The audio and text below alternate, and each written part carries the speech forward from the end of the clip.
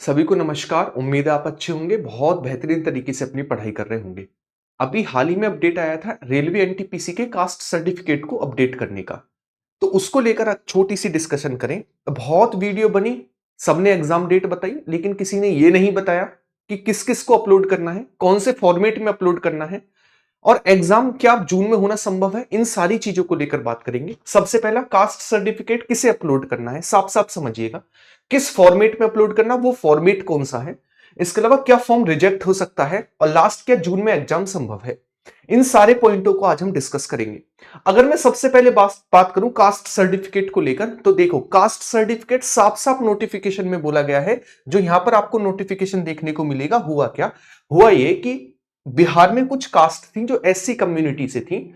उन्होंने फॉर्म में एससी भरा, लेकिन हाई कोर्ट ने उन्हें एससी कैटेगरी से निकालकर ओबीसी एनसीएल में डाल दिया, नॉन क्रीमिलियर में डाल दिया। तो अब जो वो फॉर्म सबमिट करेंगे उनके लिए ओबीसी सर्टिफिकेट डालना होगा।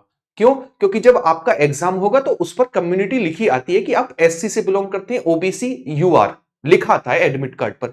तो उसे अपडेट करना पड़ेगा और अपडेट करने के लिए साफ साफ बोला गया है कौन कौन से कम्युनिटी हैं। Candidate who have mention their community as SC in online form and all original belong to, कौन कौन सी हमारे पास है, पान, सरस, तवसी, पनार और इसके अलावा हमारे पास है तांती तत्वा।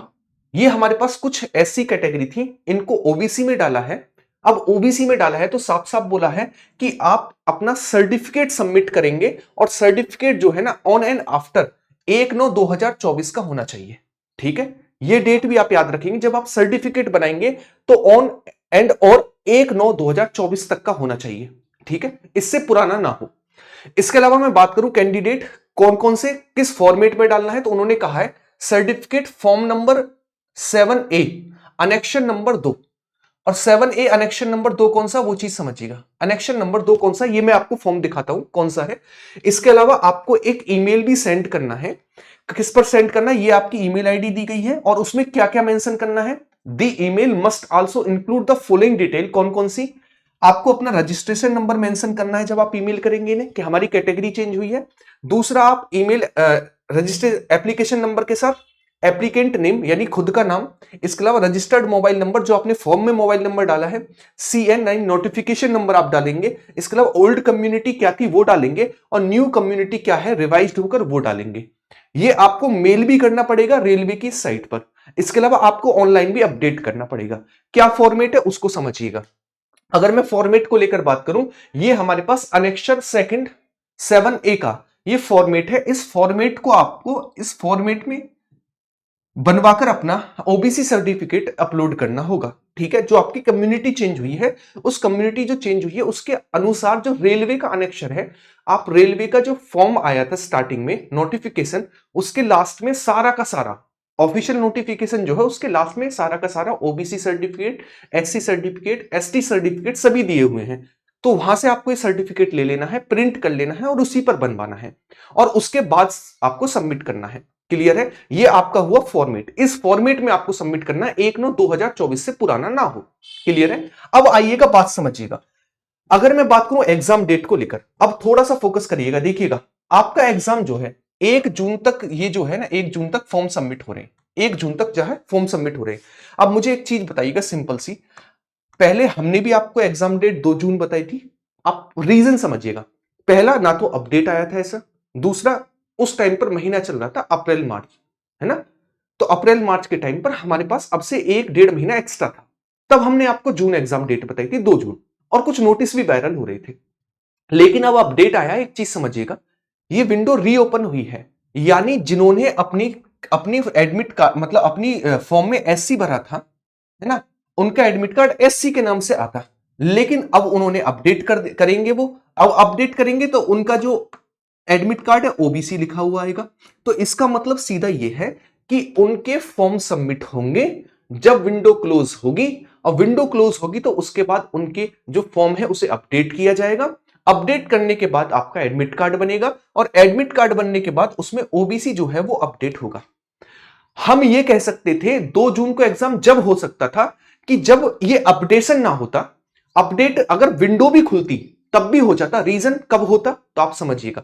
मान लीजिए आपका ओबीसी सर्टिफिकेट है, वो आपने पुराना सबमिट किया है और आपको नया ओबीसी सर्टिफिकेट सबमिट करना है, कैटेगरी आपकी चेंज नहीं हुई, यहां पर कैटेगरी जो है कैटेगरी चेंज नहीं हुई, नो चेंज है ना, तो उस कंडीशन में आपको कोई फर्क नहीं पड़ता, क्योंकि उनके एडमिट कार्ड पर अगर पहले से ओबीसी था तो चेंजिंग के बाद भी ओबीसी रहता, तब हम कह सकते थे कि एग्जाम 2 जून को हो सकता है, तब कह सकते थे एग्जाम 2 जून को हो सकता है। अब आप ये समझिएगा यहां पर तो कैटेगरी चेंज हो रही है, पूरी की पूरी कैटेगरी ही चेंज हो रही है। अब जब कैटेगरी चेंज हो रही है, चीजों को समझिएगा, जब पूरी कैटेगरी ही चेंज हो रही है, इसका मतलब जहां पर पहले एससी लिखा आना था अब वहां पर ओबीसी लिखा आएगा, तो सीधी सी बात है ओबीसी जब लिखा आएगा तो इसका मतलब यह है कि ये फॉर्म सारे के सारे सबमिट होंगे।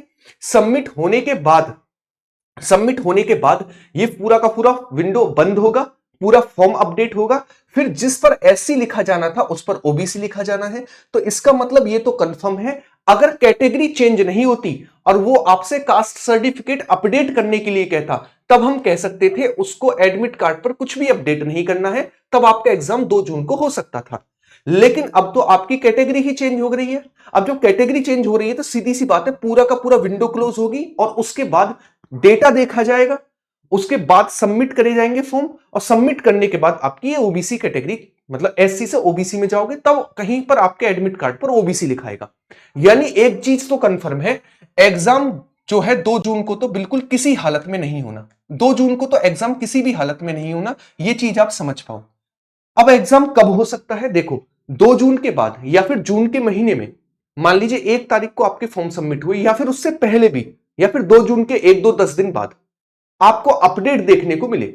आप नॉर्मल सी चीज समझिएगा, आपका एडमिट कार्ड आता 15 दिन पहले, मतलब सिटी इंटीमेशन वगैरह 15 दिन पहले आते हैं आपके, 4 दिन पहले अपना एडमिट कार्ड डाउनलोड कर सकते हैं, ये एक प्रोसेस रहता है।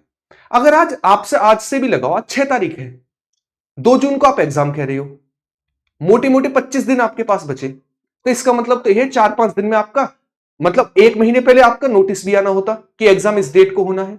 तो इसका मतलब यह है किसी भी हालत में 2 जून को एग्जाम होना तो संभव ही नहीं है। अब 2 जून को एग्जाम होना संभव नहीं है तो एग्जाम कब हो सकता है, इस चीज को लेकर बात करें तो 2 जून के बाद, अब लगभग लगभग आप जाओगे तो कम से भी कम, मैं ये कहूं कि कम से भी कम जून लास्ट से पहले तो एग्जाम होना संभव नहीं है। जून लास्ट है ना, इस अपडेट के बाद कुछ ना कुछ तो चीजें चेंज होंगी, उसके बाद नोटिफिकेशन आएगा, जब कहीं जाकर जून में एग्जाम होना संभव है। ये 10% ही पार्ट है कि आपका जून में एग्जाम हो, लेकिन आपका एग्जाम जो है अब ऐसा लग रहा है कि आपका एग्जाम जुलाई में जाएगा। आप कहेंगे आपने तो पहले बताया था कि आपका एग्जाम जून में होगा, तब बताया था जून में होगा जब हमारे पास ना तो कोई कास्ट सर्टिफिकेट अपडेट करने का कुछ बात थी, है ना, दूसरा तब महीना मार्च अप्रैल का चल रहा था। तो इसका मतलब ये 2 महीने जो खराब हुए, 1 महीना आपका अपडेशन में ले लिया, दूसरा आपका क्या कहते हैं 1 महीना आपका पहले बोला था, तो लगभग 2 महीने का डिफरेंस था उस टाइम पर, इसलिए बोला था, है ना, और अप्रैल उन्होंने खुद डेट बताई थी, इसलिए जून का आइडिया था। लेकिन अब आप एक चीज समझिएगा, जून में अगर एग्जाम आपका लास्ट में भी हुआ 10% चांस है कि होगा, वरना आपका एग्जाम सीधा सीधा जुलाई में जाएगा। ठीक है, समझ पाए होंगे जो मैंने आपको चीजों को समझाया। ठीक है, तो आपके सारे के सारे ये डाउट क्लियर हुए होंगे आज की क्लास में, जो मैंने आपको छोटे छोटे डाउट बताए। अच्छा, अगर आप फॉर्म अपडेट नहीं कर पाते हैं तो क्या आपका फॉर्म रिजेक्ट होगा? जी नहीं, फॉर्म रिजेक्ट नहीं हो सकता। 2 जून का एग्जाम होगा, 2 जून का एग्जाम नहीं होगा। अगर फॉर्म रिजेक्ट क्यों नहीं हो सकता? अगर मान लीजिए आपने एससी कैटेगरी से बिलोंग करते हैं और आपने अपना कास्ट सर्टिफिकेट नहीं लगाया, तो जब आपका सिलेक्शन होगा तो आप जनरल में काउंट किए जाओगे, आपका कास्ट से कोई लेना देना नहीं रहेगा, मतलब आपको फायदा नहीं मिलेगा बस एससी या ओबीसी कैटेगरी का या फिर एसटी कैटेगरी का होने का। तो इसके आधार पर कभी भी फॉर्म रिजेक्ट नहीं हो सकते हैं। यानी आप एससी कैटेगरी में हैं तो आपके फॉर्म पर एससी दिखा देगा, आपने अपना कास्ट सर्टिफिकेट सबमिट नहीं किया है तो बस ये होगा फर्क कि आपको एससी कैटेगरी से जनरल में काउंट किया जाएगा। कभी भी फॉर्म इन चीजों के आधार पर रिजेक्ट नहीं किया जा सकता है, ये आप सभी को पता है ना, जाति, लिंग, जन्म स्थान, है ना, इनके आधार पर हम भेदभाव नहीं कर सकते। ठीक है, तो ये हमारे पास हुए सारे के सारे पॉइंट। 2 जून को एग्जाम किसी भी हालत में संभव नहीं है, अब ऐसा लग रहा है। ठीक है, इसके अलावा आपको रिजेक्ट नहीं होगा फॉर्म अगर आपने सबमिट नहीं किया, लेकिन आपको कर देना है। गिने चुनी कुछ कास्ट है जिनको सबमिट करना है, आप हर एक किसी को सबमिट नहीं करना है। ठीक है, फॉर्मेट में मैंने आपको दिखा दिया है ना, अनेक्सर सेकंड का फॉर्मेट है। इसके अलावा जो नोटिफिकेशन आया था डिटेल, उसमें लास्ट में सारे फॉर्मेट है। और कास्ट सर्टिफिकेट अपलोड करना है, बिल्कुल करना है। ये सारे के सारे पॉइंट हुए। उम्मीद है इस चीज को आप समझ पाए होंगे और सारे के सारे डाउट आपके क्लियर हुए होंगे। तो उम्मीद है ये वीडियो आपको बहुत समझ में आई होगी, बहुत अच्छे से सारे डाउट क्लियर हुए होंगे। अच्छी लगी वीडियो तो कमेंट करके बताएंगे आप सभी को ये अपडेट कैसा लगा। दूसरा, वीडियो को लाइक करेंगे और वीडियो को शेयर करना नहीं भूलेंगे। जो चैनल पर नए हो वो चैनल को सब्सक्राइब करेंगे ताकि यहां पर कोई भी अपडेट हो। इसके अलावा जीएस की जो क्लासेस चलती हैं, कंप्लीटली डेडिकेटेड चैनल है जीएस के लिए, उसमें आपको कोई दिक्कत समस्या ना हो। और एनटीपीसी वाले बच्चों के लिए मॉक टेस्ट, मैंने 8 मॉक टेस्ट टेलीग्राम चैनल पर डाल दिए हैं। वहां से जाकर इन मॉक टेस्ट की प्रैक्टिस करो। शाम को 6 बजे जो क्लास होती है उसे लगाओ। एग्जाम बेशक जुलाई में जाए, अगस्त में जाए, लेकिन आपकी तैयारी बेहतरीन होनी चाहिए। इस चीज को लेकर आप गौर करेंगे, ठीक है। मिलते हैं सीधा शाम को 6 बजे वाली क्लास में। बाय बाय, टेक केयर, सभी को जय हिंद।